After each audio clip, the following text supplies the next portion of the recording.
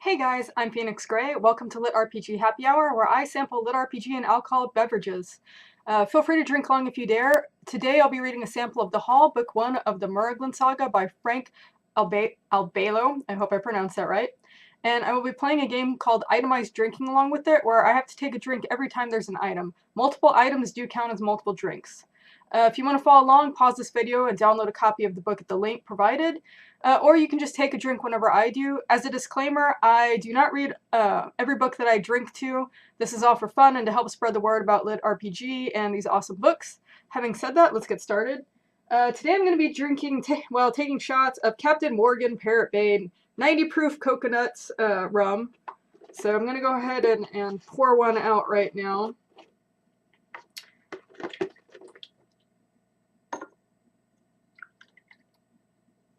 So I have to say, taking a look at this book, there's a lot of really cool things inside.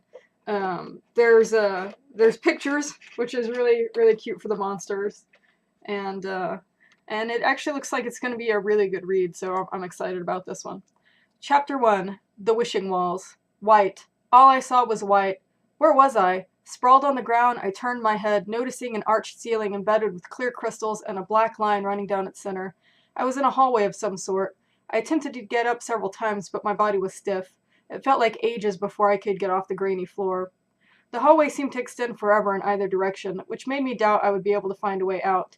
After a few moments of consideration, I decided to do the only thing I could: walk. I moved with unsteady steps. All that guided me was the black line running on the ceiling. The monotonous appearance of the hallway lured my mind into an unthinking state. After some time, the walls darkened and the black line turned white. Now, instead of being a guideline, it was a beacon urging me forward. After what felt like hours, my legs gave out beneath me. Oddly familiar aches and pains throbbed throughout my body. I sagged against the wall, wishing for rest. I must have blinked, for when I opened my eyes, a door had appeared in front of me. The blue coloring on its surface incited a calm feeling within me.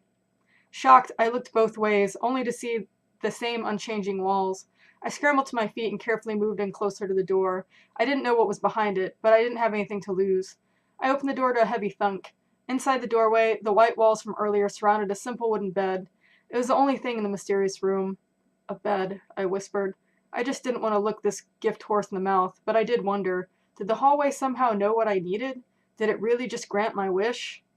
My aching body decided not to bother investigating further, and I collapsed on the bed. I began to drift off almost immediately, but as I was falling asleep, I noticed a girl standing at the foot of the bed. Before I had a chance to speak, the total darkness of sleep embraced me. When I awoke hours later, the room was the same bright white.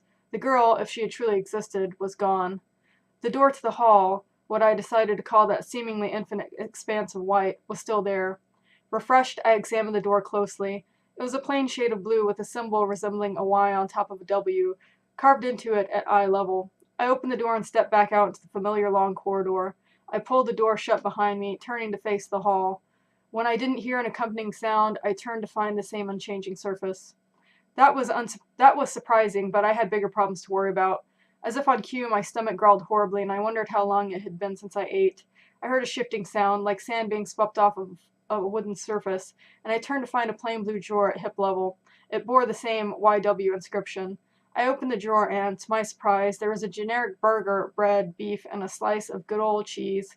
Hesitant, but increasingly hungry, I picked it up and took a bite. The juices from the meat dripped down my chin as I inhaled the delicious protein. I looked down at my now burger-stained clothes. I had failed to notice that my clothes were only a shade away from rags. Testing the capabilities of the hall, I wished. This time I spoke aloud, asking for a new change of clothes, and sure enough, I heard shifting and another blue drawer appeared in the wall. Inside it was a matching set to my plain white shirt, jeans, and brown sandals. For some reason, there was also a blue-black bracelet that had no detailed features, simply a band with a round black plate. Making use of the hall's capabilities, I wished for something to clean myself with. As soon as I'd spoken the words, a door opened up next to the burger drawer. I opened it and found a washroom? The walls were made of white porcelain tile, and the furnishings were of Victorian design. My brain was filling in information as I stumbled upon things. I walked into the pristine room, leaving a trail of sweaty moisture with my bare feet. There was a large tub, a sink, and a mirror hanging from the wall above the sink. As I moved closer to the tub, I noticed my reflection in the mirror. It looked like the face of a stranger. The face had sharp features, black hair, and the scruff of a beard beginning to show. The grime that covered my face suggested that I had taken a mud bath in the recent past. It took a minute for me to accept myself in the stranger's face, but no memories about the past surfaced. I made faces at myself, just to confirm my identity. After a few minutes of familiarizing myself with myself, I was ready to take my shower. I left the door open, just for peace of mind, in case the hall decided to disappear. I washed myself thoroughly, dirtying the pristine tub. Once I was done, I stepped out of the tub. I had put my dirty outfit on the ground, but it had vanished while I was showering. Instead, there was a clean towel in place of the rags. Now clean and dry, I walked out of the bathroom towards the clothes drawer. I dressed and wished for a way to store my clothes. Seconds later, another drawer opened, revealing a rucksack. It was a one-pocket jet black leather bag. I stowed my still wet towel into it, never knowing when it might come in handy. A saying, always know when your towel is, bubbled up from somewhere in my memory. Always know where your towel is, bubbled up from somewhere in my memory. Still hungry and not knowing if or when the hall would stop granting my wishes, I asked for 2 burgers. However, no new drawer appeared. Perplexed, I checked the drawers, but all were empty. The one where the burger had originally appeared was now closed, but still visible. I opened it and was relieved to find 2 burgers as well as a bowl full of clean water. One burger was wrapped in a waxy paper, while the other just laid there. I didn't understand how the hall knew I meant to take one of those burgers with me. It had clearly read my thoughts somehow. I drank the water from the bowl and tossed it in my rucksack. Stowing the burger away, I threw the bag over my shoulder. Entering the bathroom, I washed my hands. When I finished, I returned to find the hall empty once again. I frowned at the prospect of the open drawers disappearing as I gazed down the length of the hall. Will open doors do that too? I wondered out loud. I turned and continued my endless journey. As I walked, I tried to piece together what had happened to me, but the more I tried to recall my past, the more my fresh hall memories clouded my brain. While I could not make connections to my memories, there was still a subtle itch in the back of my mind that kept my focus while I walked, pushing me to retrieve them. Accepting the fact that the hall still held many secrets I did not understand, I walked numbly forward. I still could not tell the time, but there was a definite pattern to the color scheme changes of the room. The white wall started to gray and then turned black. The white line on the ceiling was the only thing left to guide me in the darkness. My thoughts turned to the girl I had seen the previous night. Had it been a dream? Were there other people here? All of these questions tumbled through my mind. Consumed in thought, I bumped into a column. It was the first feature I had seen since the doors and drawers, so I inspected it closely. After pacing and running my hands all around it, the only noticeable features were that the column did not reach the ceiling and that it had a spiral construction with notches at about 3-foot intervals. After a second look, I realized that there were 2 symbols engraved into the stone. One was the familiar YW symbol and was located on the side facing the direction I had come from. On the other side, though, the symbol was different, resembling a sharp pair of wings. Although I searched the column for more details, the fully darkened walls made it difficult to see any additional clues. Deciding to wait out the night, I wished for a bed like the previous night, and an identical room opened up. I ate the burger I had packed, sitting on the bed, and soon felt tired enough to lay down and try to sleep. Some time later, as I was starting to drift off, I blinked and saw that the girl from before was there. This time I forced myself to stay awake and observe her through the crack of my eyes. She was wearing a blue button dress, had jet black hair that reached her hips, and startling silver eyes. She stared at me piercingly, as if she was wishing I would go away and never come back. As I continued to watch her watch me, I noticed a red gash on her right shoulder. She had been injured somehow, as the blood stain on her dress grew even while I watched. I tried to think of a way to wake up and not scare her. However, for lack of a better plan, I used a direct approach, opening my eyes slowly to say hello. Her eyes widened, and I couldn't help thinking of our little satellite, the moon, as I looked into her silver eyes. Wait, the moon? What was that? She was already turning away, so I said, "No, wait, you're hurt. Let me help you." She replied once I sat up in the rigid bed. "Hello?" she said in a voice that sounded like a well-tuned violin. My mouth sagged. Hearing the first words from another person after the silence of the hall gave me a relief I hadn't realized I needed. I jumped off the bed and walked past her out into the hall, wishing for a bandage, alcohol, a new dress, and the bathroom. The girl visibly recoiled at my energetic approach, but I paid it no mind. While the door and drawers for all of those began to appear in the hall, her expression grew progressively more alarmed, and she started looking around the room, peering under the bed and touching the walls, as if she were searching for something. Apparently not finding what she was afraid of, she breathed a sigh of relief. When I motioned at the wound with the supplies, she relaxed and relented. She pulled down the blood-soaked section of her dress to reveal a nasty bleeding gash. I cleaned and bandaged the wound. It was a straight 3-inch cut on her shoulder, but the skin looked jagged along the edges. I wondered where I had learned to clean and dress wounds. I studied it closely to see if it required stitches. I opened my mouth to wish for a bed for her, but she slammed her hand over my mouth with surprising strength and shook her head vigorously. With her hand still on my mouth, she stared intensely at me for a couple of seconds, got up, took the identical dress, and ran off through the night like a cat scared of a storm. Before I was able to pursue her, she faded into the distant walls. Scene break. Perplexed and worried by the events of the previous night, I decided it was time to speed up my progress and see if I could catch the girl on this never-ending road. Still, I wondered specifically why she had been so skittish when I made those wishes. There was already so many mysteries, adding another seemed par for the course. Giving up on figuring out the mysteries of the hall, I decided to pursue the only clue I had, the girl. Keeping it simple, I wished for the hall to give me a way to move faster, but while I said it out loud, I thought of running super quickly or jumping really high. A garage door opened up to my left. The door retracted upwards, revealing a square space about 10 feet by 10 feet. Hanging from some hooks attached to the ceiling was a black, smooth, trapezoidal-shaped tube. I looked around the room with confusion. After a minute of searching and seeing nothing else of interest, I approached the hanging frame. I ran my hand over the surface of the trapezoid. It felt like a smooth, metallic mesh. As I continued to move my hand along its upper length, I heard a humming. The moment I lifted my hand from the metal, the humming got louder and louder. After a couple seconds, it stopped abruptly. A wave of energy exploded out from the frame, pushing me back into the hall, knocking the wind out of me. Disoriented, I rose to my feet and moved back towards the garage. The sleek frame remained there in the air, but shimmering green light streamed from the front and back. The light shaped itself into two swirling discs of mist and light. My curiosity reaching an all-time high, I ran up to the garage door and cautiously approached the glowing and swirling contraption. I knew that explosions were fun, but not when directed at myself. Slowly, I placed my hands on the frame, which pulsed green and roared to life, like a lion awakening from his nap. An ethereal seat formed, as well as a pair of handles on the front of the trapezoid, right above one of the swirling discs. I placed my hands on the handles and felt a surge of power and a sudden understanding. This was a speed construct, and it could be ridden to move beyond the walking speed of a regular person. With more than my fair share of trepidation, I pulled the frame down from the hook that held it up. Nothing explosive happened when I tried to set it down. The frame was much heavier than I had expected, but the mist disc caught it and held it up. I wheeled it out into the hall, and the garage door slid closed behind me. As I looked around, all the doors I had opened shut suddenly. The hall itself seemed to encourage me to go. I got on the bike and looked back at the column one last time. Finding no other markings or signs, I placed my hands on the handles. With the knowledge that had flooded my mind, I knew all I needed to move was a thought. Without even finishing the word go, the construct sped off deeper into the hall. Despite my tremendous speed, the same question haunted me. Just where the hell am I? Chapter 2. Chance Encounter. I wondered if the speed construct had a defined range. There was no indication of how far it would let me travel. While riding, I felt my head ache, and again my stomach called for attention, so I slowed down to a stop. Since I had eaten burgers for 2 nights in a row, I wished for something more filling. A drawer appeared, and I jumped back in alarm. This one was red. It had the second wing symbol I had seen etched into it. Wary about what the color and symbol could mean, I opened the drawer tentatively. I cracked the drawer open. A pale tentacle-like arm the size of a lamppost shot out of the drawer, striking me in the face with incredible force.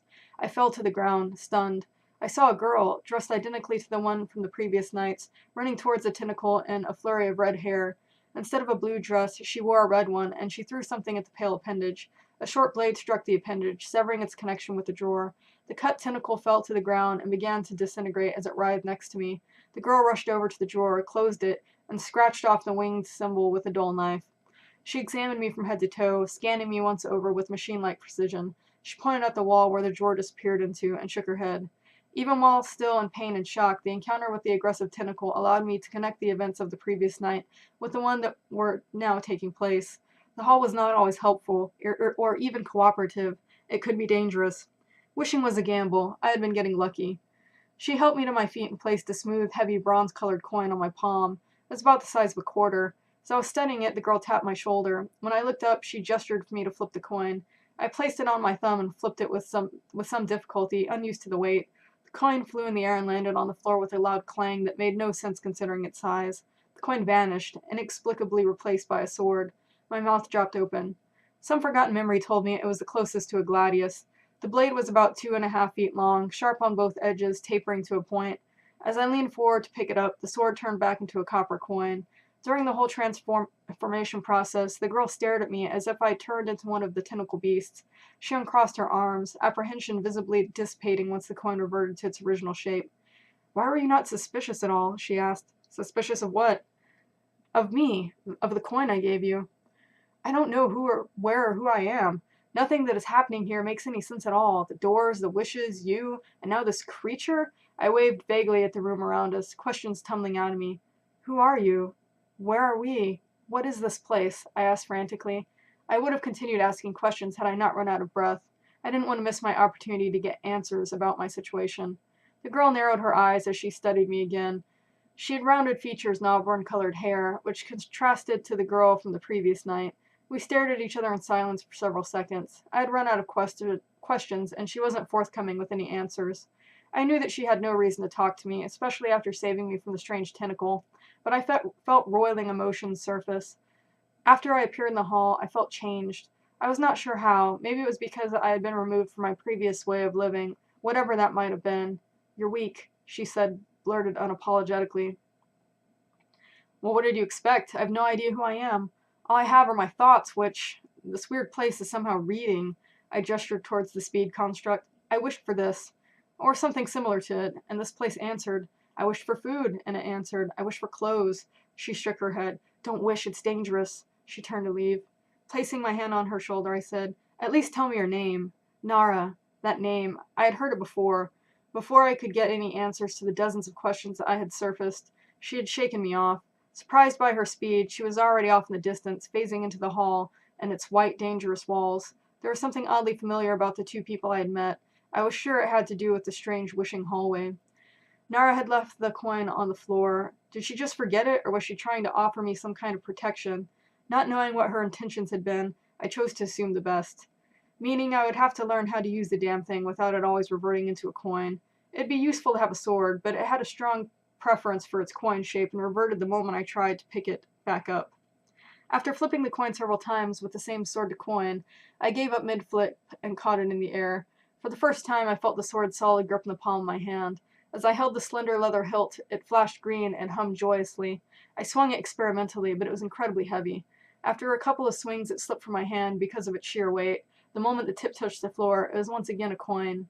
Mesmerized by the morphing, I repeated the process of flipping and catching several times, till I felt I could do it on command. After a few successful tries in a row, I became frustrated. Just summoning a sword couldn't help me learn to fight or overcome my weak state. I had no idea how to properly hold a sword or swing it effectively. I don't know how to use this. How am I supposed to get out of this place with a sword? Gah! I yelled in frustration while glaring at the walls.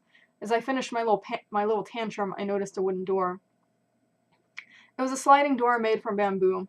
It was held together with a red cord woven between the stalks of rounded wood. An uneasy feeling erupted in the pit of my stomach as I wondered if my frustrations had led the hall to interpret a wish where there was none. Not knowing what to do, I decided that waiting to be eaten was worse than diving headfirst into the mouth of a beast. I slid the door open and went inside. The room was square with a low ceiling. It looked empty and dark, so I cautiously stepped in to investigate. The moment my feet crossed the threshold, the door slammed shut. Dark. I was stunned for a couple of seconds. I had forgotten what complete and utter darkness was like. It had been a long time since I had been in anything other than the ever-present white glow of the hall. The door clicked behind me, and a single thought crossed my head. Am I done for? The floor dropped out from underneath me. The next instant, the adrenaline of falling kicked in and altered my focus from the future to my imminent present. I felt myself panicking, but I took a deep breath of the cold, rushing wind, clearing my head. I reached for the walls around me, but my hand dragged on it with such friction that I yanked back in pain. In my left hand, I clutched the odd coin that I was still holding. Taking a chance and hoping that I wouldn't lose it as I fell, I tossed it down gently and caught it again. The sword formed in my hands, and I held the hilt as tightly as I could. The wind was tugging at me, but I found the wall with my hand again and drove the tip into the wall, stabbing it downwards at approximately a 45-degree angle. The sword stuck in place, but I continued falling. My shoulders and arms screamed in pain as I held onto the hilt for dear life. My lower body hit the wall as I came to a stop, saved by the sword. Without the wind to force my eyes shut, my vision adjusted to the gloom of the shaft. It was as square as the earlier room had been, and everything inside was a shade away from pitch black. As I looked around, I saw dim light filtering in through the crack my sword made above me. As my eyes became more adjusted to the darkness, a very convenient doorway with a small ledge on the opposite side of the shaft took shape. I took a moment to mentally shake my head. Everything in this world was bent on testing me. Swinging from the hilt of my sword, I picked up speed, but before I had momentum built up, my sword dislodged from the wall. I flew across the abyss, but knew I would fall short of the door, and in an instant had accepted death with unsettling ease. Death was not ready for me just yet. A hand grasped my own. I looked up at my savior, only to see a pair of silvery eyes staring down at me. Nara had opened the door and grabbed my hand just in time to save me from the fall.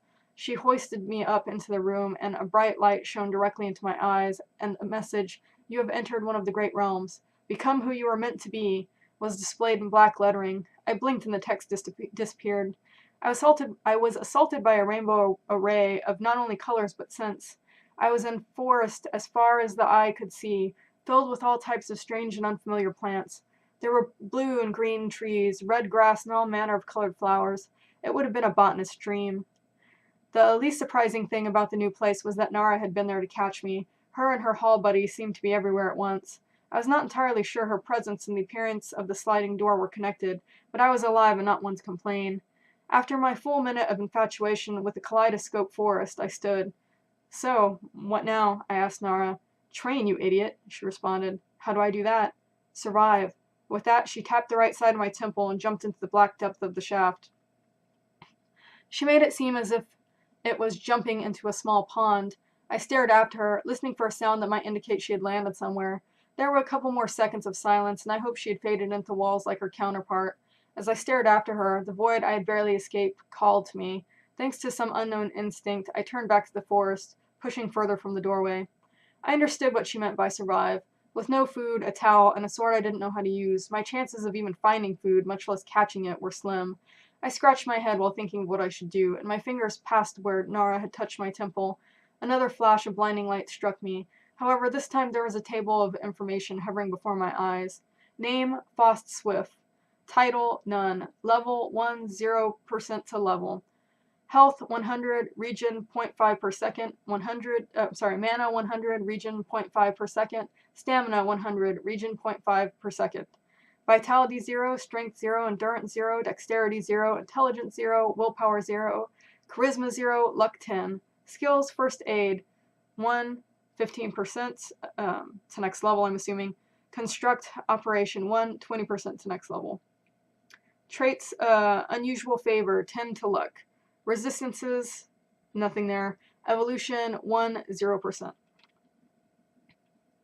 Even after blinking repeatedly, the semi-transparent lettering and borders in my field of vision did not disperse. It was as if they were stuck hovering a foot from my face. With my initial concern dying down, curiosity found a burning ember to latch on. At least one of my questions had been answered. I was Faust Swift. How this ghostly table knew that, I hadn't the foggiest idea, but it was better than remaining nameless. "I am Faust Swift," I said, savoring the name. As soon as the words left my mouth, a gong reverberated all around me. Startled birds could be heard taking flight. "You have identified a part of yourself. You are on your way to becoming who you were meant to be. You can now gain experience as you find your place in the world. Breathe, you will be here a while."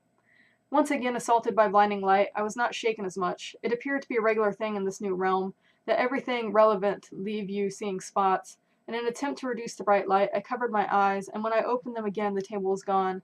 It occurred to me that I might have control over the table, and I touched my right temple again, prompting the table to return. Increasingly more confused, now a definitive trait, but immediately excited, I tapped my head like an idiot several times, opening and dismissing the table like a child with a new toy. I studied the table closely to see if it had any new information. I focused on the individual attribute categories, and more floating text sprouted beside each word that I wanted to learn more about. Health, mana, and stamina are the core of your being and connect to your life, magic, and physical potential. Vitality affects maximum health and lightly affects health regen. Strength affects proficiency with heavy weapons and general damage as well as carrying capacity of objects. Endurance affects maximum stamina and lightly affects stamina regen. Dexterity affects proficiency with light and ranged weapons as well as movement speed and flexibility. Intelligence affects maximum mana, lightly affects mana regen, and affects proficiency with the mystic arts. Willpower significantly affects awe regen, increases pain threshold and overall constitution. Charisma affects interactions between sentient beings and allies. Luck, who knows?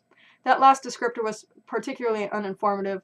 I looked at the values associated with the attributes and was slightly offended that they were all at 0 except for luck.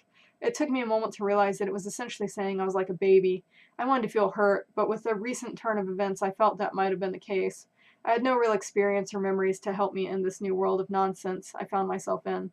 There was even more information in the table. First aid, mummify your friends, How could they not feel better? Proficiency in the skill affects your use of bandages and healing tools.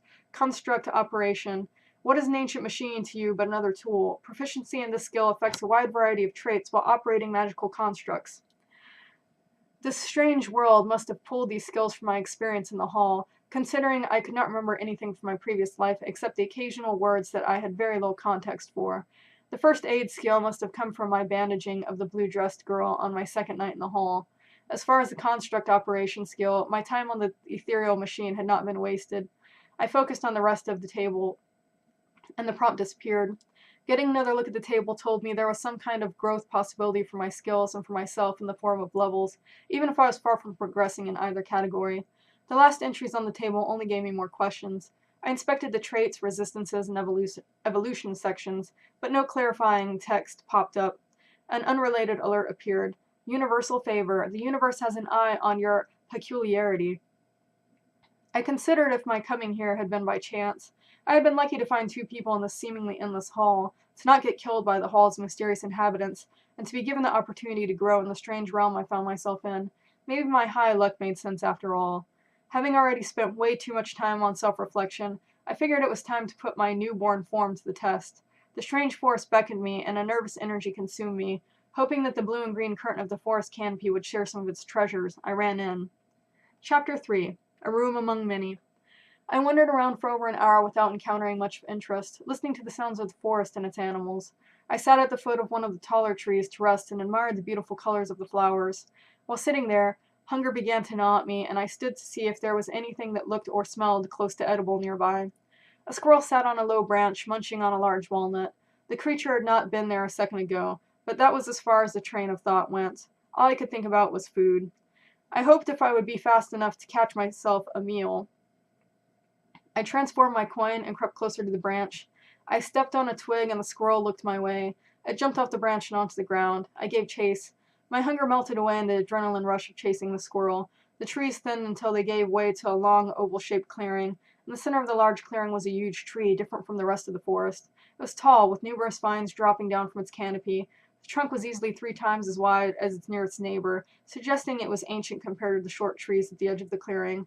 I stopped and stared at the tree. Its knotted trunk seemed to shimmer as if radiating energy. Mesmerized by the tree, I had lost the squirrel. A different squirrel jumped out at me from the grass. I reflexively slashed it with my sword before it got closer. I felt a tug on my blade, but then the animal was gone. Instead of leaving behind squirrel gore, it disintegrated just like the tentacle had done in the hall. I heard loud rustling behind me, and I turned to see hundreds of beady little eyes staring at me from the tree line. When I noticed the small bushes at the edge of the clearing start to shake, a sense of dread filled me. I had definitely not gotten lucky with this particular door. I started running towards the huge tree a couple dozen feet away. As I ran, the grass around me was flattened as more squirrels jumped down from the tree line and gave chase. The things following me were not regular squirrels anymore. Out of the corner of my eye, I saw their limbs elongated, and their fur, snouts, and teeth began to thicken. The once red-brown fur became a dirty maroon. They chased me as their contorting bodies hobbled on the grass. If you're not following along with the sample, there is actually a image of this monster here, which is super cool. This is the first time I've seen this in a LitRPG book, so I really think it's a great thing. Anyway, combat. You have engaged in combat. Passive region is reduced by half. One of them landed on my back, still not fully transformed, and bit into my shoulder. A burning sting ran from my shoulder, and warm blood dripped when I smacked the monster away with the pommel of the sword. Not stopping to admire my attacker, I scrambled forward. I saw one of the squirrels start to climb up the tree. Another concerning thought crossed my mind. It was a trap. There were now waves of the monstrous creatures converging on the clearing. I had followed so easily and was now surrounded. I had been dead the moment I started chasing that damn squirrel. The creatures that had been pursuing me leaped into the air and landed among the branches of the shorter trees on the periphery of the ancient one. I felt the stare of hundreds of bloodthirsty eyes on me.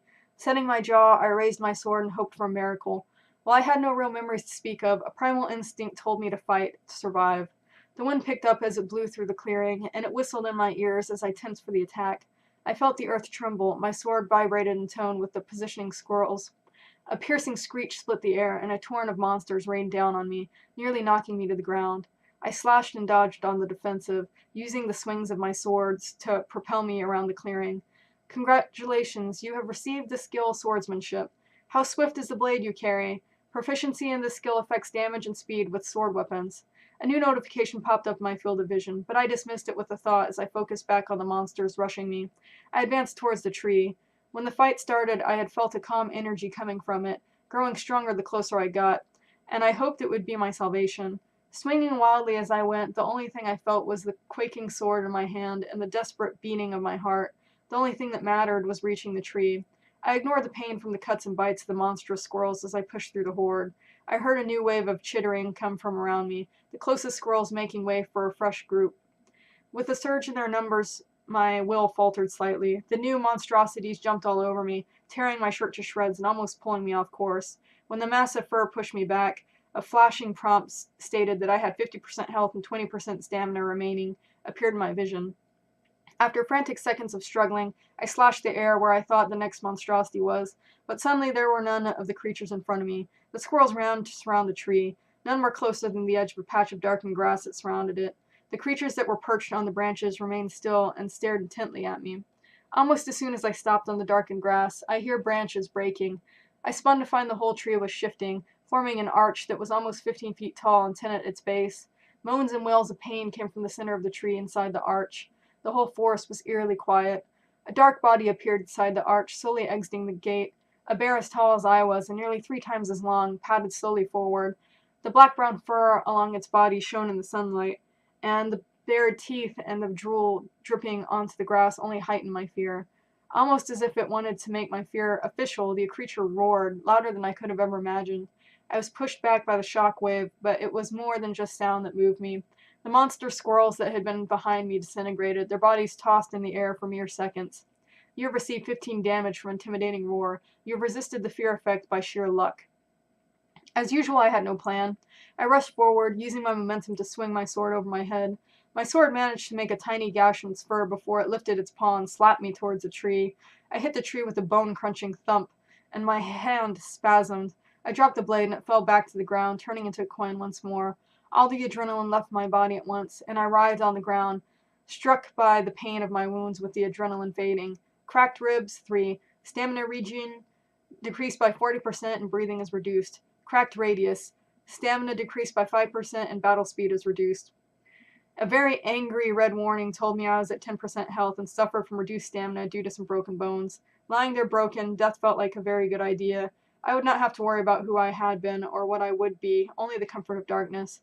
However, my mind could not give up the idea of living to see another day. I fought to catch my breath, fighting against the ache of broken ribs and the fear that choked my throat. I muttered to myself, hoping for salvation, as I struggled to rise as the ground trembled with the force of the bear's heavy footsteps. Hearing a familiar shifting sound and hoping I was not delusional, I scanned around me. A red drawer had appeared on the surface of the tree. I crawled towards the drawer and reached above my head to open it with the last of my strength. As I plunged my hand into the drawer, I felt something small, cold, and hard. I pulled it out and a notification flashed up. You have acquired unidentified magic coin. Alright, so this is the first item that I have come across that's an actual item with a notification. So I'm going to drink to that. Today I have a water chaser. That 90 proof stings, but it tastes really good. Oh, damn. Alright. I flipped the red coin and caught it in midair. A handgun formed in my hand.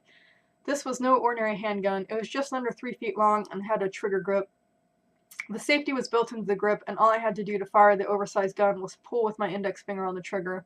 With difficulty, I raised the barrel and aimed it at the creature. The bear, having noticed my continued struggle, turned its slow approach into a sprint. The bear came close enough that I could feel his hot breath on my face, but I steadied the gun and aimed it directly at its head. I pulled the trigger. A fireball of molten lead shot into its mouth, tearing through it like water. The flash of the gun and the roar of the bullet, leaving the barrel momentarily, blinded and stunned me, but a notification popped up behind my eyes anyway. Congratulations, you have received the skill marksmanship. The best fighters are not bloodied by their enemies. What better way to accomplish this than from afar? Proficiency in this skill affects damage with small projectile weapons, as well as reloading speed. Dead, the massive creature lay there while the archway it had come through became a dark swirling mass in an instant. A cutting wind began to blow towards the darkened hole as though it were a massive vacuum. Bark peeled off trees, and the remaining monster squirrels squealed as the archway sucked them into the unknown. I set down the gun, and just like the sword, it turned back into a red coin, which I stashed in my pocket. I clung to the grass on the ground as the wind sped up, trying to stop myself from being pulled in with everything else.